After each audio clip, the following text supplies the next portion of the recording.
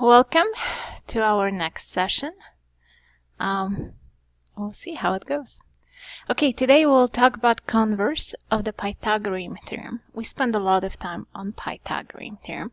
You should be familiar with this formula.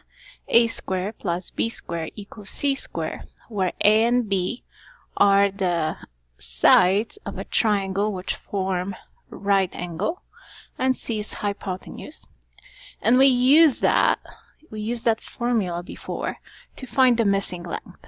Today we are going to talk about the converse of Pythagorean theorem. It means we are going to go backwards. We'll have all the sides, all the lengths, but the question will be, is it a right triangle? If I have those sides, is it going to be a right triangle? Okay, so in your notes, I need you to write what I'm going to read.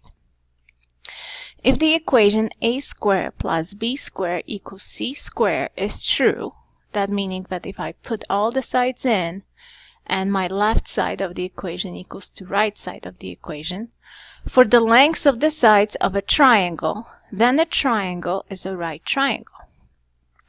This method is called the converse of Pythagorean theorem. You can use converse of the Pythagorean theorem to determine if a triangle is a right triangle. So let's see how it looks in the problems. So here's triangle which is given to me. As you can see, I have all the lengths. Nothing is missing. But the question is it the right triangle? How can I figure it out? Well, I know it will be the right triangle if I can use Pythagorean theorem and everything works out correctly. So I'll write a squared plus b squared equals c squared, because that's Pythagorean theorem. Now I'm going to determine what's a, what's b, what's c. As you remember, a and b are the lengths which form the right angle, make L, letter L. Does not matter which one is a, which one is b. So I'm just going to plug it in. I'll assume this is a, this is b. Okay, I can do it backwards either. Okay, now I'm going to plug it in. So it is 6 squared plus 4.5 squared. And I have to double check if that's going to look to a hypotenuse square, if it's going to equal to hypotenuse square. So is it equal to 7.5 squared? Okay, in problems like that, I'm going to keep my left side and the right side separated. Okay, so I'm going to write the line. I'm going to figure it out. So 6 squared is 36 plus 4.5 times 4.5. I can do it by hand or I can use handy dandy calculator. And let's see if I can... If you can see here, I use the calculator. The answer is 20.25. Okay, and then I'm going to check what 7.5 times 7.5 is. And that is 56.25. Okay. I'm going to double check my left side is 36 plus 20, 56, well it is. So if I do my left side, that's 56.25, and I can see that equals to 56.25. My left side is equal to my right side. Pythagorean theorem works, therefore it is right triangle. I didn't know before if it was, okay? I just assume. Okay, I put this one, but because I assumed it was right, but it wasn't there. So I was trying to figure it out. Okay, let's try one more time. Okay, here's the quick check. Okay. Okay, let's try this quick check.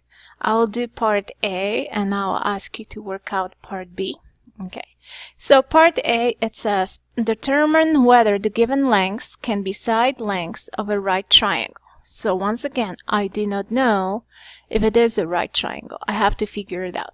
Whenever you hear the word right triangle, one thing should come to your mind right away, and that is Pythagorean theorem. Okay, so let's see if we can use Pythagorean theorem, and if it works, it will be a right triangle. If it doesn't work, it is not a right triangle. Okay, I need to figure that I don't have a picture this time, I just have lengths. So I have to figure out what's A, what's B, and C. A and B really does not matter, but figuring it out what hypotenuse is very important. Remember, hypotenuse always will be the longest length. So that means that 26 in this situation will be my hypotenuse, will be C. And the other two numbers, it doesn't matter what's A, what's B. So I'm just gonna go in order, A and B. And I'm going to plug it in. So once again, I'm going to write Pythagorean theorem. A squared plus B squared equals C squared. I'm going to plug in my numbers. 10 squared plus 24 squared equals 26 squared. Do you see how I show my work? That's how I want to see it on your homework. Okay, 10 squared, of course, it's 100. 24 squared, once again, you can figure it out either in on the paper or in the calculator. That's 576. And 26 squared is 676. So what do you see? Well, I'm not seeing anything yet because I'm not finished. So 100 plus 576 is 676. And that equals to 676. My left side is equal to the right side. My Pythagorean theorem works. That means it is a right triangle. Okay. I'll give you some time to work on B and then check with me after you're done, and I'll work it out for you, okay? All right, go ahead. All right, welcome back. Let's see if you did it right. Okay, I have 8, 9, and 12. 12 is the largest number. That means it is a hypotenuse. 8 and 9 doesn't matter. I'll just put it in order. I'll write my Pythagorean theorem. And plug in my numbers. I hope you don't need a calculator for this one, but if you do, go ahead. So 8 squared is 64, plus 9 squared is 81, and that should equal 144 because that's what 12 squared is. Well, let's see if that's true. So what's 64 plus 81? Well, that's 145, right? That's 145. And unfortunately, that is not equal to 144. So my left side is not equal to my right side. So it's not a right triangle. Okay, that should be your answer. Not a right triangle. All right, another one I would like you to try. Okay, this is a word problem here. I'll let you read it. Try it. Go ahead. All right, welcome back. How did you do it? I hope in any word problems you go ahead and maybe draw a picture. So I have a land surveyor determines that the triangular plot of land has boundary lines that are 400, 600, and 720 yards in length. The 400-yard boundary line runs east-west. So if I have I'm assuming it's triangular, it's east-west, and will be something going like this. Okay, so east-west, that means that this one will be 400. Once again, the largest number is 720. And so the other one will be 600 yards. Okay, I can plug it in and double check. As you can see, that might be a really useful thing to use in a real life to check if your lines really make the right corner there. So if I set it up, I'll end up, once again, a squared plus b squared equals c squared. I'm trying it. 400 plus squared plus 600 squared, is it equal 720 squared? Okay. 400 squared, so 4 times 4 is 16. Okay. Plus 36 with 4 zeros. Okay.